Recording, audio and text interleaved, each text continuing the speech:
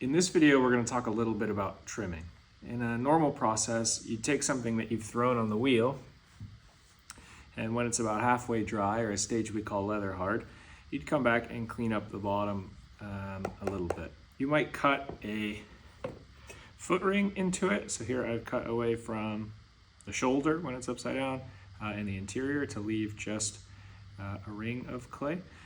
Or you might, as a beginner, do something a little simpler. Here I've just dished out the bottom, cut a little excess material from here.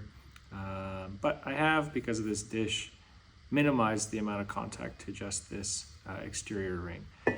We want to cut away from the bottom of the pot for a couple reasons. One, you want, in a perfect world, an ideal thickness all along the wall of your pot through the foot. And when you throw, especially as a beginner, you're probably not getting a fairly uniform thickness. So trimming is a good opportunity to even that out. The second thing is, if we have a large area of contact with the table, or in the end with the table, we're not guaranteed that that is going to stay perfectly flat after it makes its trip through the kiln. So we can minimize that surface area. We can help ensure that our pot's going to sit a little more stable in the end. So I'm going to talk through a couple strategies. This is not exhaustive.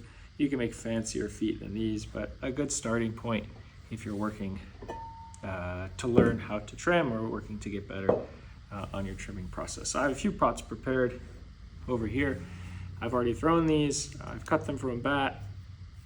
They are leather hard. That is about halfway between wet and totally bone dry. I want it to be soft enough that I could deform it slightly if I tried, although it's not good practice to mush and unmush your pot. But I don't want it so wet that I'm leaving fingerprints or marks on the pot. The pot shouldn't feel tacky or sticky. Then I know it's dry enough. Some people trim a little wetter, some people trim a little drier. I'll talk a little bit about that here in a few minutes. But really the drying of my pot is critical too. I don't want a pot that's really dry on the top and really wet on the bottom. So if you leave something sitting up as it dries, these walls can dry from two sides. They're exposed to air on two sides, where the bottom is only exposed to air on one side. So it's a good practice, as soon as my pot is stiff enough at the rim that it could hold its weight upside down, to flip it over so that it can dry from the bottom as well.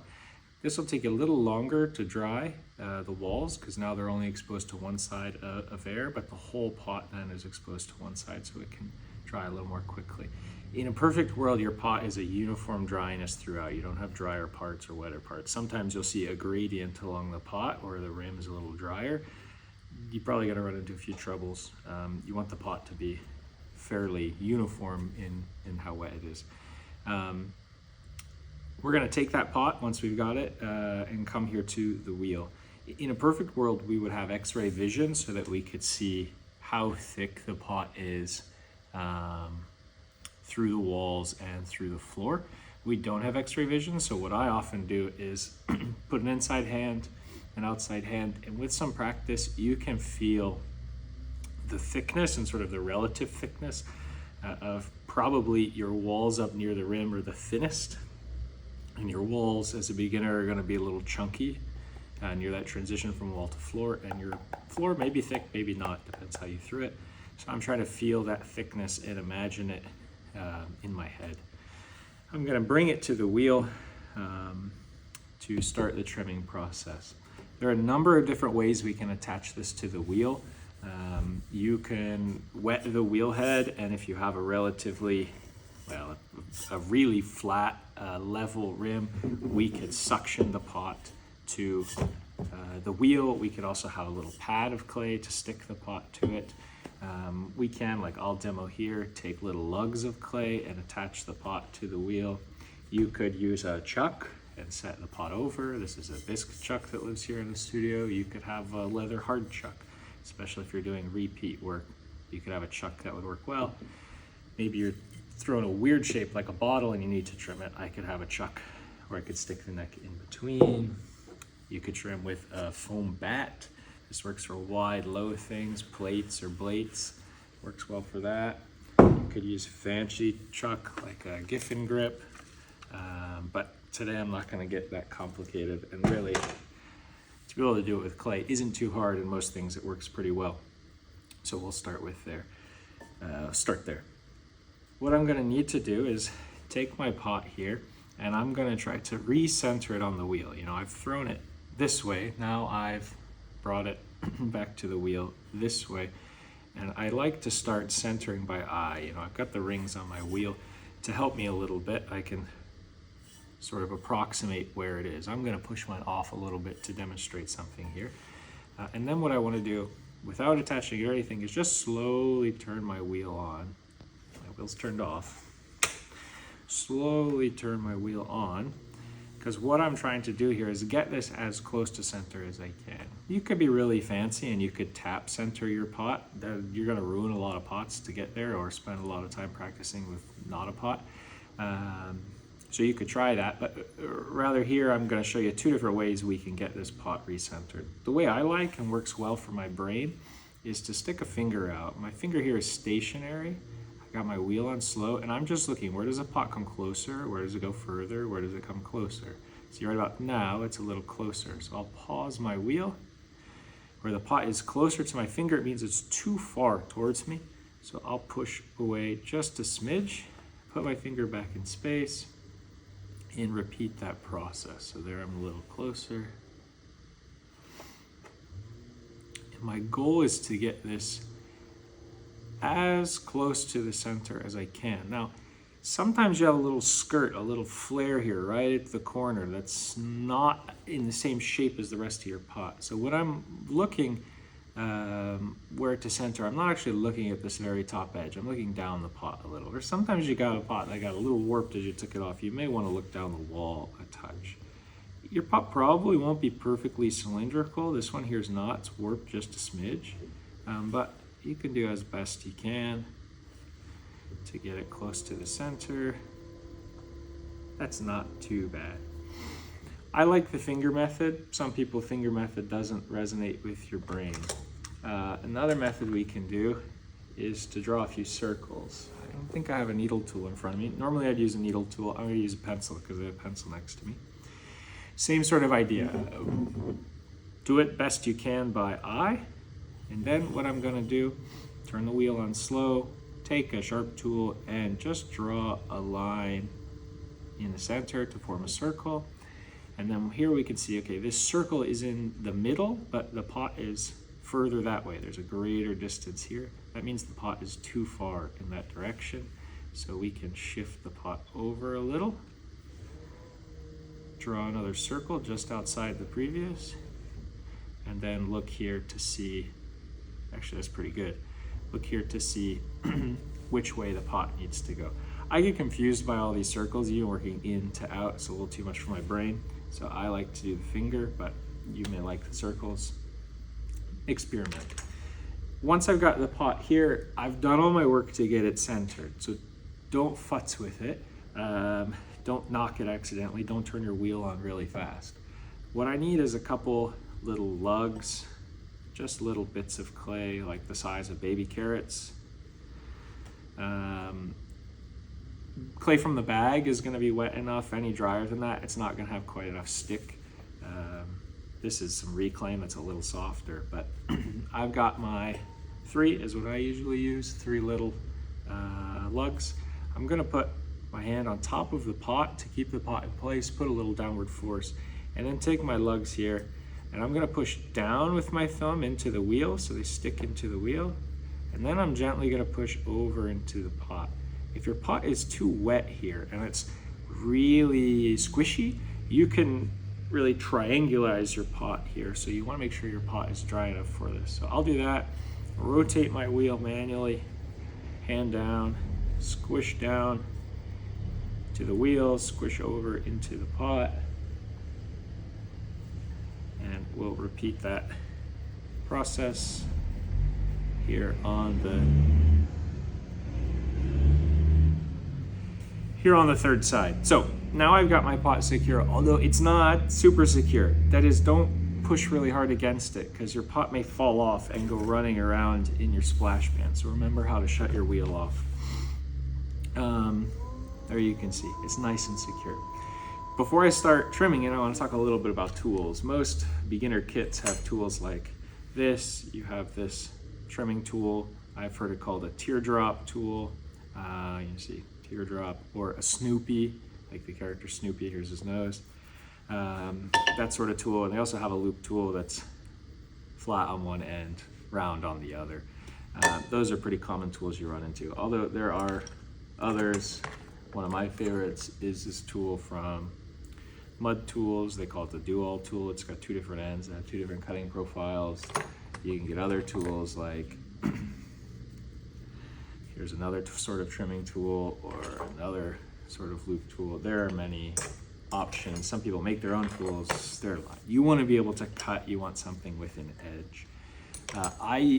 As I'm demonstrating, I use this tool for about 90% of the work. Based on how you turn the tool, you can get quite a bit done. Something that's really important is the angle of attack of our tool. That is, if we're much too steep, the tool is going to gouge and drive down and cut more than we intend. If the tool is too shallow, too parallel to the top of the pot, it's not really going to trim any off. So you're going to have to play with this. It's kind of like shaving. If I were shaving and I don't have the angle right, I might cut into myself. Same sort of idea. I'm working here with the wheel with counterclockwise rotation, which is the quote-unquote standard way in North America to throw, the right-handed way. You may be working with a wheel that goes clockwise. So these next few things I'm going to say are in reference to a counterclockwise wheel. Since the wheel is moving in this direction from our right around the top, where we place the tool is important. These tools often have, and this one does, a beveled edge on both sides, so it will cut about any way I push the tool. But the way the bevel is that it wants the clay to move from the handle away from it. Or another way to think about it is this tool would cut if I drag it along a surface. So what that means is I want the clay to rotate and then move out through the tool. So as I'm looking at my pot, I want to work with my tool somewhere in this sort of area, maybe between 2 o'clock and 6 o'clock, depending on how I hold my tool, because the clay is going to move through and out and it's going to cut well. Since the wheel is moving this way, if I tried to work on this left side, the clay is going to run into the end of the tool. It's not going to cut well. It's not utilizing that sharp edge on the tool in the way it was meant to be. You're just going to kind of deform and it'll pill up and it won't do much. So I want to keep my tool over here on this right side. Just like throwing, we're working rotationally. We don't have to move the tool from the right side to the left side because the clay is going to make its way all the way around. We'll hold the tool in a position. We'll move it left and right from center to outer edge or outer edge to center to cut everything away. So some things to think about. I'm just going to clean this up real quick so that there is not so much going on. And here I have got my pot. This one, I'm gonna cut a true foot ring on. I find it best as a beginner to plan. So when I'm trimming stuff, usually I just go for it. You can sort of visualize it with enough practice, but when you've only done a few, it's a good idea to see where you're gonna go.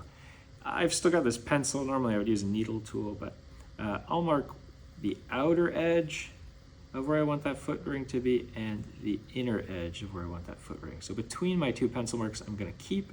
Everything else is gonna get cut away and I'll leave that foot so that I have a foot ring, something like this. If I go deep enough like I have here, I have space for glaze. You may care about the bottom of your foot. I think you should care about the bottom of your pot and the foot and how it ends up. It's a nice touch. Find that people who start doing pottery then look at the bottom of things, trying to figure out how do people finish it. But it's up to you. The location of my foot is important, but not super critical on something this narrow. If I had a really wide bowl and I created a quite narrow foot on it, it's not going to be very stable on the table in the end, and it may slump with that much overhang when it goes through a glaze firing. For something like this narrow, really, this foot, if it's wide enough for the pot to sit, it's probably going to be okay. As a beginner, your walls aren't going to be super thin. It's not going to be super fragile. In a perfect world, we have a pretty direct line that we could draw down the wall into the foot. That would be a most stable, best transfer of weight. But for this, we'll be fine with, with this. Wheel speed is probably somewhere under pulling speed, not super fast. Yeah, not super fast. You could go quicker. Don't go super slow. If you go super slow, you're gonna have to hold the tool for a long time. The tool's gonna bounce in your hand. You're not gonna get a good cut. So wheel speed is your friend. You can approach this a number of different ways. Me personally, I chase up the wall first towards this foot. I'll cut this corner off here, and then I'll cut the interior. Sort of normal, and I'll say it with air quotes because what does normal mean? Normal process is to trim the outsides and bottom of your pot. Some people will get bent out of shape if you talk about trimming the top or the insides of your pot. Doesn't really matter. I could trim the inside of my pot, or often as a beginner, you don't get a level rim. Some of my students are concerned about getting a level rim. The first thing they'll do is bring their pot to the wheel right side up and trim this rim level, and then trim the inside. You can do that. It's gonna take you more time. It's faster if you can just become more proficient in your throwing. When I throw, I pay special attention to the interior and the rim and get those where I want them. If the exterior is a little off, maybe a little thick in one spot, or I want to adjust a curve, I know I can do that in the trimming stage, so I'm not as worried about it. It's up to you. You could say, nope, I really like to trim the entire pot. Awesome. You say, nope, I'm never going to trim the side of the wall. I'm just going to trim the bottom. I don't know. You can decide. There's more than one way. There's more than one way to trim a pot. So I'll go ahead and start trimming here. Holding the tool is important. You don't want to hold it super far out. The tool is going to bounce. You'll get some chattering, some repetitive lines, which is a nice feature, but you probably don't intend to do that. I hold it quite close to the cutting tool. Sometimes I'll even hold the tool with two hands in order to keep it more steady. Thinking about support in a similar way to throwing, have somewhere for your arm to be. Don't just hold them out here in space. Have your elbows grounded. I often float a hand on top of the pot. I am always afraid that my pot is going to fly away. I've just done this enough so it's ingrained in my brain. You don't have to, but usually I've got one finger up here and I'm connecting my hands near my thumb or my finger, and so they can work together. So again, I'll chase up the side of this pot, cut away. There's a little wobble in this pot, but not bad. My goal is to get these ribbons of clay to come off, or some people call them dirt noodles. I know I'm at a good stage of dryness when I get that. If I'm too wet when I cut, these will cut away and they'll stick themselves right back to the pot. I should let my pot dry a little bit. It'll make my life easier. If my pot is too dry, I won't get these long ribbons. I'll just get chunks that go off. You're not gonna cut very well. And even when it's really dry, you're gonna make a bunch of dust, which is not good for your lungs. So you'll wanna rehydrate that pot a little bit. But those noodles, or those ribbons, are what I'm looking for. So I'll move along and I'm gonna cut away right next to where that foot ring is gonna be. Here I've turned the tool, I'm supporting with my left hand. And we can cut that. And now I'll cut the interior. Many people struggle cutting the interior. They try to take the tool and push it across the whole thing. Well, that goes back to our rotation conversation. If I'm trying to cut here on the left side, it's gonna want the tool to twist this way. It's gonna pull the tool out of our hands.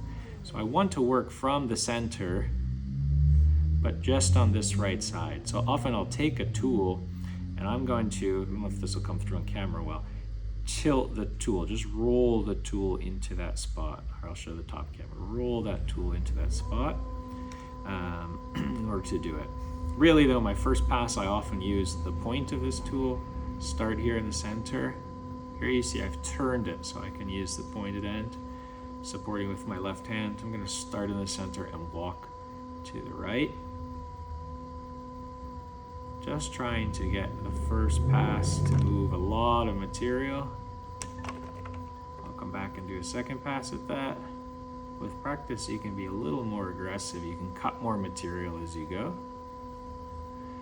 And then to smooth that off, that's where I might use that long edge, and like I was talking about a little before, kind of roll towards the middle until I see that middle get cut and work like that. Some people find it easier to use the long-handled one. To do this center thing, you have a flat edge, and I can just kind of hold it like a pencil and work across like that. And especially there, if I want to clean up this inside edge, square it up really nicely, this tool works well. Or I could use the round end. Here I can cut a little more material away. A little bit of wobble in that pot, but not a problem.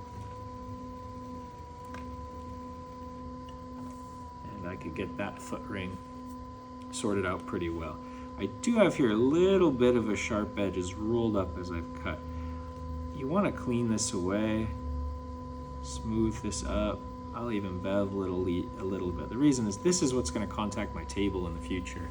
I don't want it to scratch up my table, so I want that nice and smooth. I'll even utilize a rubber rib and come in with a little push and smooth that out, often even smoothing everything that I've trimmed. This clay we have here at the studio has got a little bit of grog in it, and there's some tear out. Those groggy bits will pull away, and so with a rib like this, you can kind of smooth that back nicely. You could be fancy and add a little bit of flair in the bottom. I could move my tool too quickly and work a spiral and have a nice little detail for somebody to see in the future.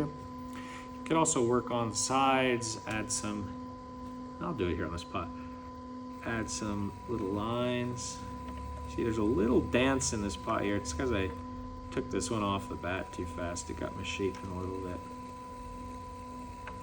No one will notice when it's not on the wheel probably though. But you could cut from the sides as well. I gotta remember though how thick my wall was. It's very easy to go a little too far. You'll go a little too far on a number of pots and then learn how far you can go. Don't hold anything precious. The best way to learn is just to repeat and ruin a whole bunch of stuff and experiment. That's fine. Your first pots, even though you think they're awesome, they're not gonna be awesome forever. They're awesome because you made them, but they're not the best pots you'll ever make. When I'm finished, I can just peel this clay away and lift my pot up. Maybe I got a little bits left over from that. I can smooth it out. I've been talking so long. This pot has actually got a little soft at the rim. It took some water from those lugs, so I'll be a little careful. And there's my pot. There's the foot. Maybe I don't want that complex of a foot, a true foot ring. I just want a dished bottom like that one I showed at the start of the video. Or maybe when I threw my pot, it's a little thin. You can hear it. You get a higher pitch the thinner it is. So here my wall, it's actually thicker than my foot. I don't have a lot I can cut away. I don't have the space to cut like I just cut that foot. So I will thin my walls a little bit because I know they're a little thicker. I can do that by sound and by feel. With a lot of practice, you can tap your pot and hear how thick it is. But I'll go about the process the same sort of way for this dished bottom. Get the pot close to center. This one might have a little bit of abnormality to it. Let's see. Good enough. Take my little lugs, push them down, push them over, rotate around. Same process as last time. And get my wheel up to speed. I'm gonna use my wider tool, the teardrop one. Same sort of thing. I'll come up the side, smooth this out a little bit, moving slowly with the tool. I don't know if I mentioned that before. You don't want to move too fast. You're going to work spirals in. I mean, you could work spirals in as a decorative aid, but I just want to refine. That's what the trimming process is, a refinement of what I'm working on. For the bottom, before I marked where I was gonna have the foot ring, this time I'm just gonna dish the interior. So I'll come up on the corner and bevel that a little bit so I don't have a sharp corner. And then I'm gonna take my tool, push it down here, I'm gonna push a little more towards that center and a little less towards the top. Or another way you can think about it is my tool is not flat parallel to the pot. This side to my left is a little lower. So I'll push in. It's a little lower because I want to cut a little more from the middle and a little less from the perimeter.